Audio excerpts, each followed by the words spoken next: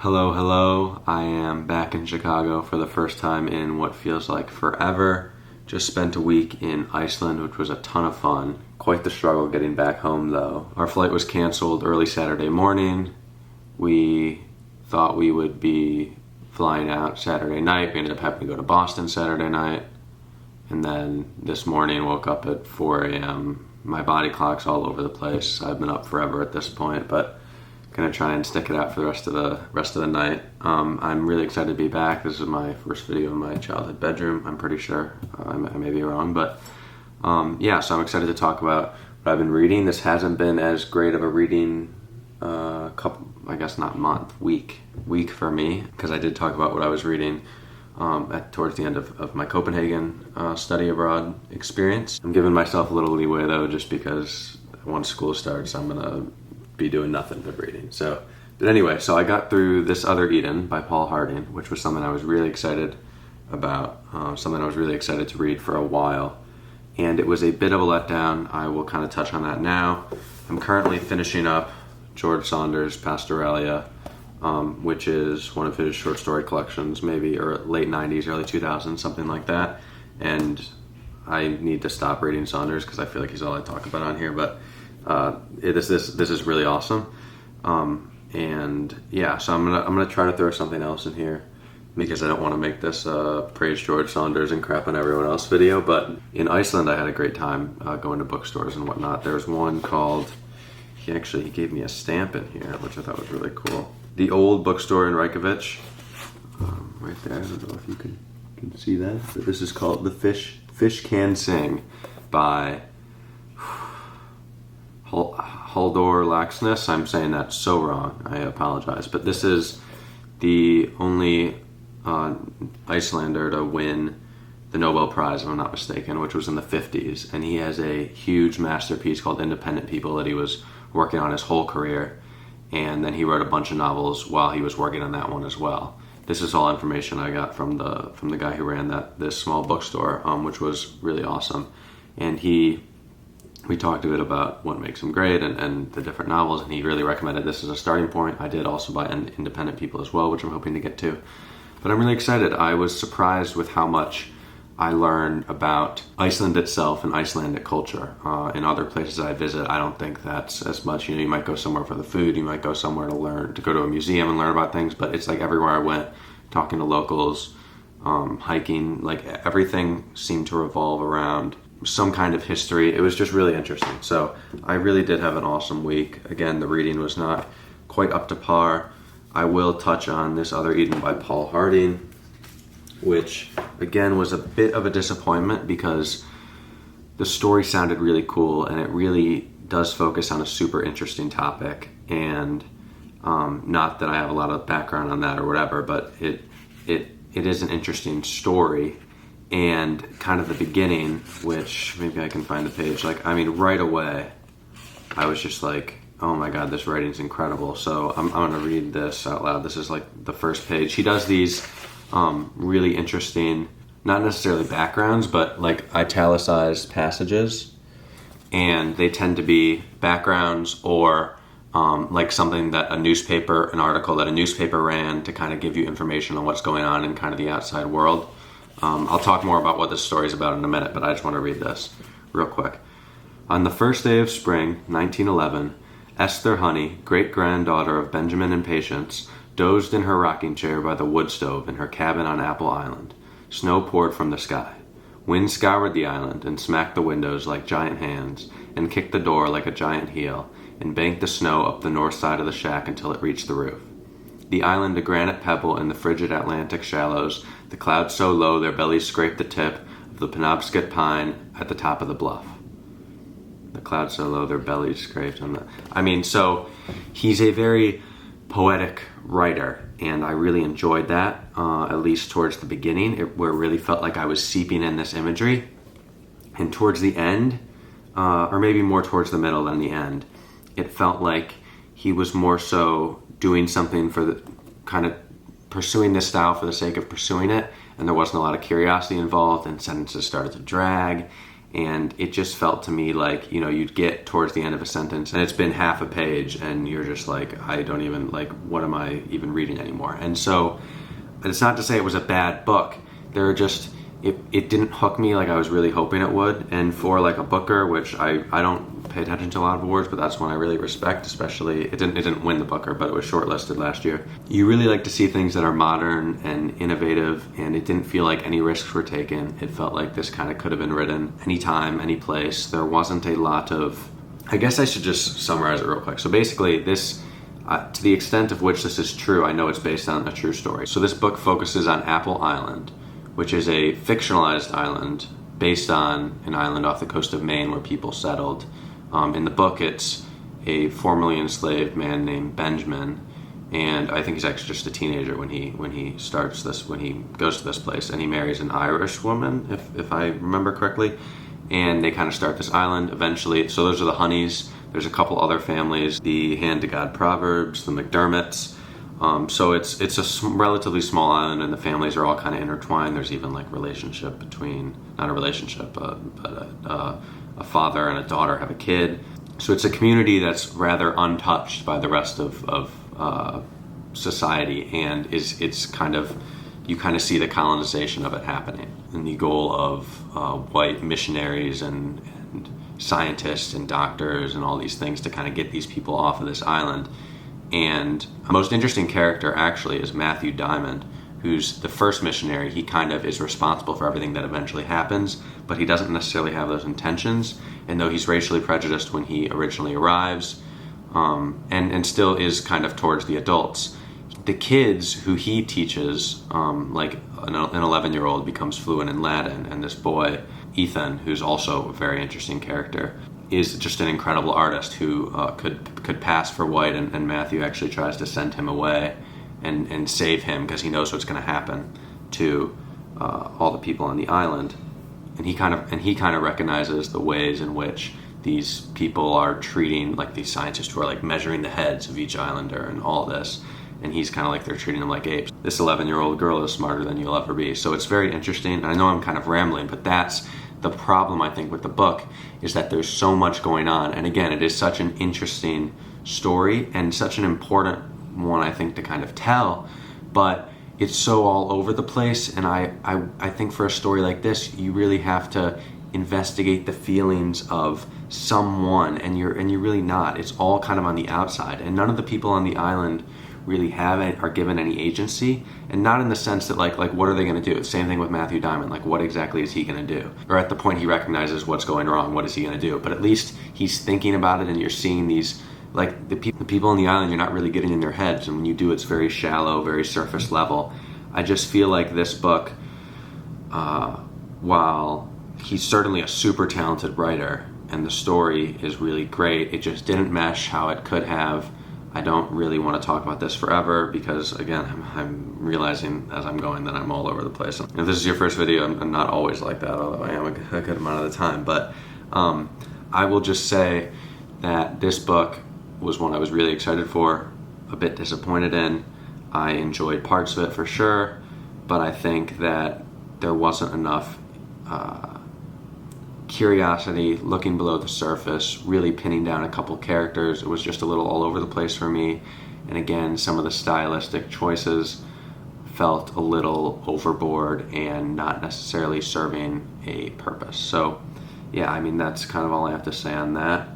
I would still say it's a decent read, but I don't think I would recommend it. Certainly it seems like I am in the minority here because everything I've read, people love it. I mean, I don't read a lot, but like I was reading the New York Times review of this just yesterday, and obviously people love this book. I mean, it's up to the booker. So don't write it off because I said I didn't like it. But I will say I want to be honest, and that's just the way I felt about the book. So yeah, just a little disappointed, but you're not going to love every book. So, I mean, yeah, that's kind of part of it. And again, I'm not done with Pastoralia yet. This one has been really, really good. I always love George Saunders, so I will kind of add that bit on to the end of the video. Once I'm done, I do have more video from Iceland, as I did with Copenhagen and Stockholm and Croatia. And so I'm going to put those in the video as well. But I guess I'll talk a little bit about maybe what I'm going to read before I go back to school. I've got a ridiculous selection of books because I bought way too many books. So I will definitely, I think I'm going to start with Fish Can Sing. I definitely want to read Small Things Like These by Claire Keegan, who's incredible. In terms of short stories, I've got some Edward P. Jones, which I just watched an interview with him. I'm really excited to get into this one. I've read a few stories from All Aunt Haggard's Children, but not from Lost in the City. So I'm very excited for that. I have Stoner by John Williams, some Rachel Cusk. Yeah, so maybe this isn't the best idea. It's going to be a last minute decision. Once I'm ready to pick up a new book, I'll decide. But yeah, we'll see. So I guess I'll show you some stuff from the Iceland trip. It really was incredible. We got to do a lot of cool things, some beautiful hikes, see puffins up close, which was super cool, slowly becoming one of my favorite animals.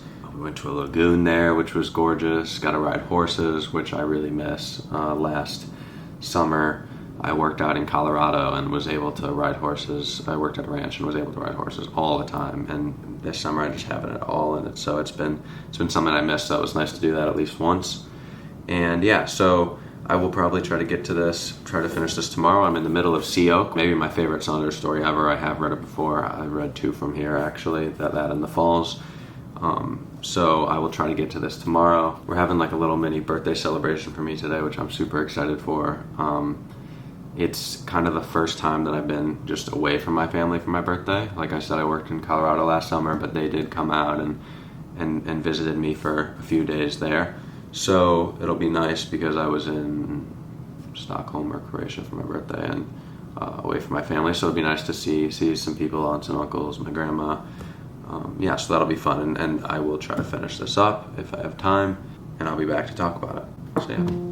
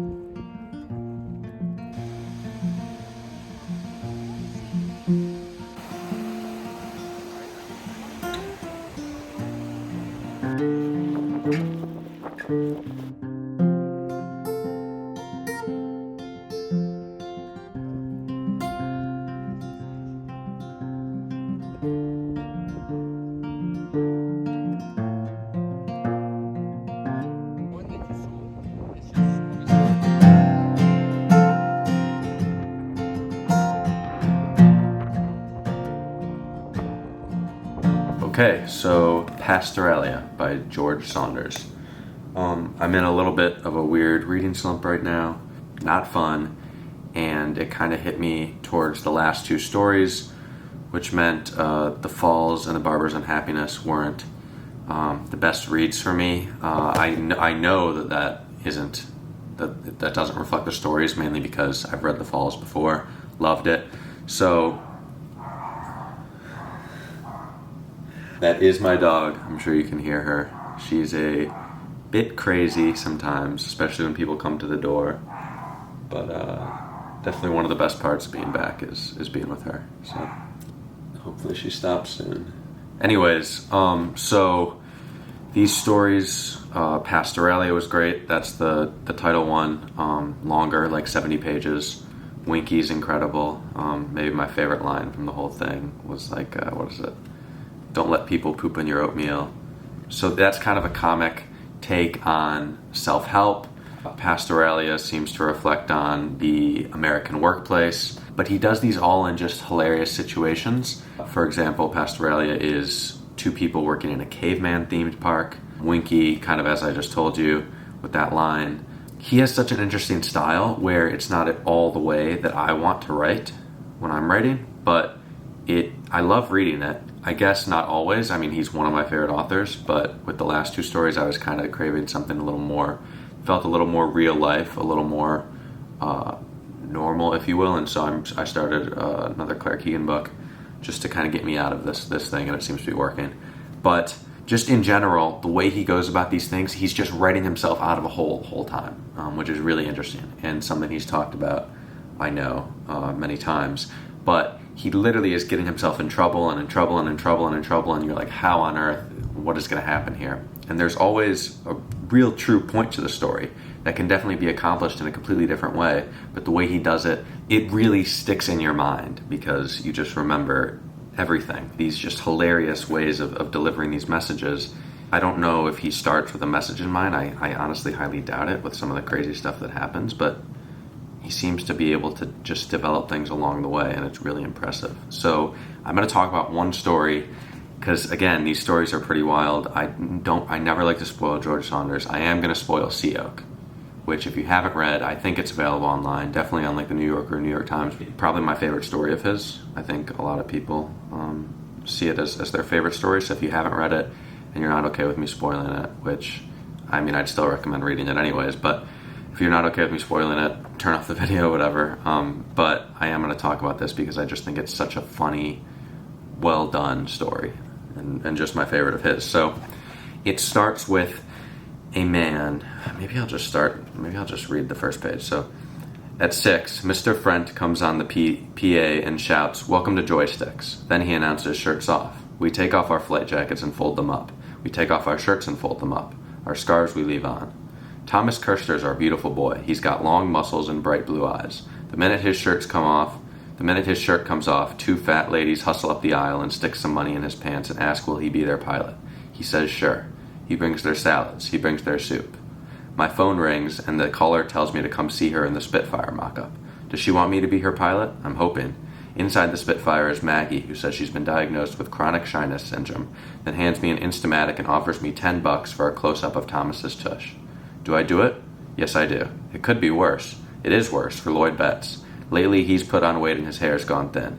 He doesn't get a call all shift, waits 0 tables, and winds up sitting on the P-51 wing playing solitaire in a hunched-over position that gives him big gut rolls. So immediately, you're like, when he drops into these stories, he doesn't really do any world building, which I really like, but he's clearly got a world, a visceral world in his mind.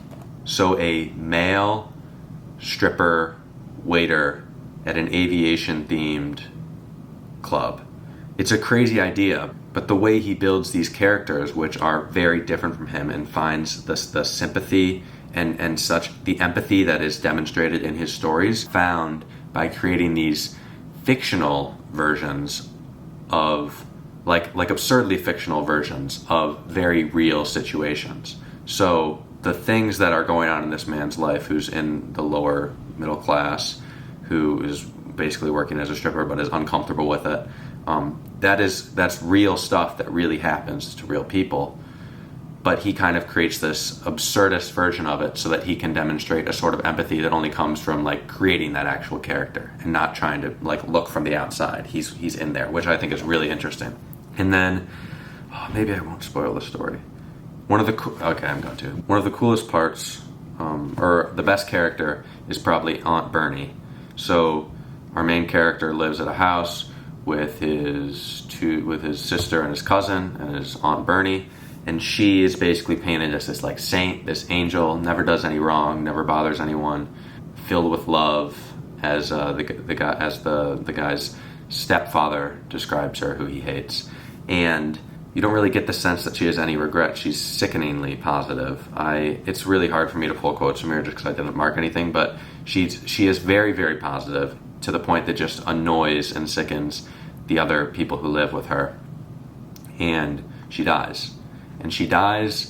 And they are only able to get her like a cardboard box instead of a wood box. They bury her with no headstone. She really gets, they basically said she doesn't get anything at a funeral. She didn't get anything in life. And she winds up coming back. I remember Saunders saying he killed off the character and just wasn't sure what to do. So, of course, he brings her back to life, literal zombie, and she comes back completely different. She never cursed in life. She's cursing now. She is never, looked to advance in life. Now she's trying to use these, new powers she has to make the male stripper more money, to get her niece a job, all these different things so that they can get out of government housing into a safer area. I mean, she basically says to them, I never got anything in this life. I'm going to get everything now. And I'm going to do all these things. And she's making them take care of them. And she has these like powers, so they kind of have to do what she says. And she basically starts falling apart, ears falling off, arms falling off, like losing it, dying again. And she's just this miserable, vicious, like resentful of her life. I mean, she talks about being in the grave, that there was no point to all these things that she did, as in like all the people she forgave and all the ways she let people walk over her, and there was no point to it. There was no, like, let's say like heaven she gets into now. Like, she's just back and she is pissed, and it's absolutely hilarious, and it's so crazy.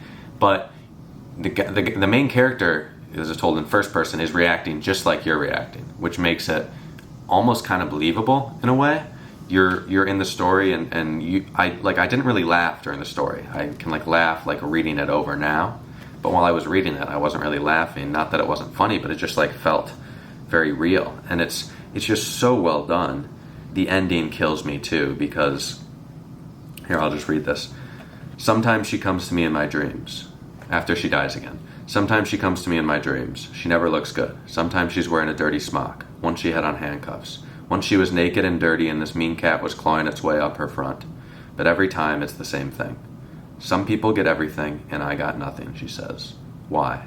Why did that happen? Every time I say I don't know. And I don't. And it's the perfect way to end it, because it gives you, this is the message. But it also, you're not really left with any sort of resolution. And the character doesn't feel like somebody who would have a resolution for that, and he doesn't. And so that sentence, some people get everything, I get nothing, why is that? That's what she kind of asks when she's just a head on the floor, and is going to die again, and knows that like she's not going to be able to change anything by coming back.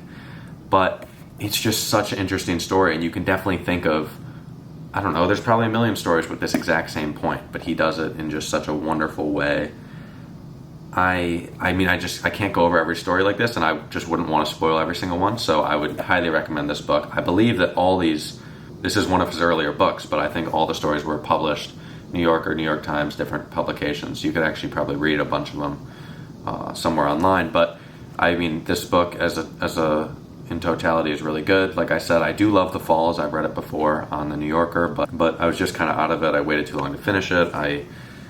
A bit of a slump, so I'll probably come back to those, read them again. I mean, I read his stories over and over again. They're just incredible to me. But yeah, I would highly, highly recommend. I'm going to be reading more of his collection soon. I actually haven't read 10th of December, which I know is the quote-unquote best one.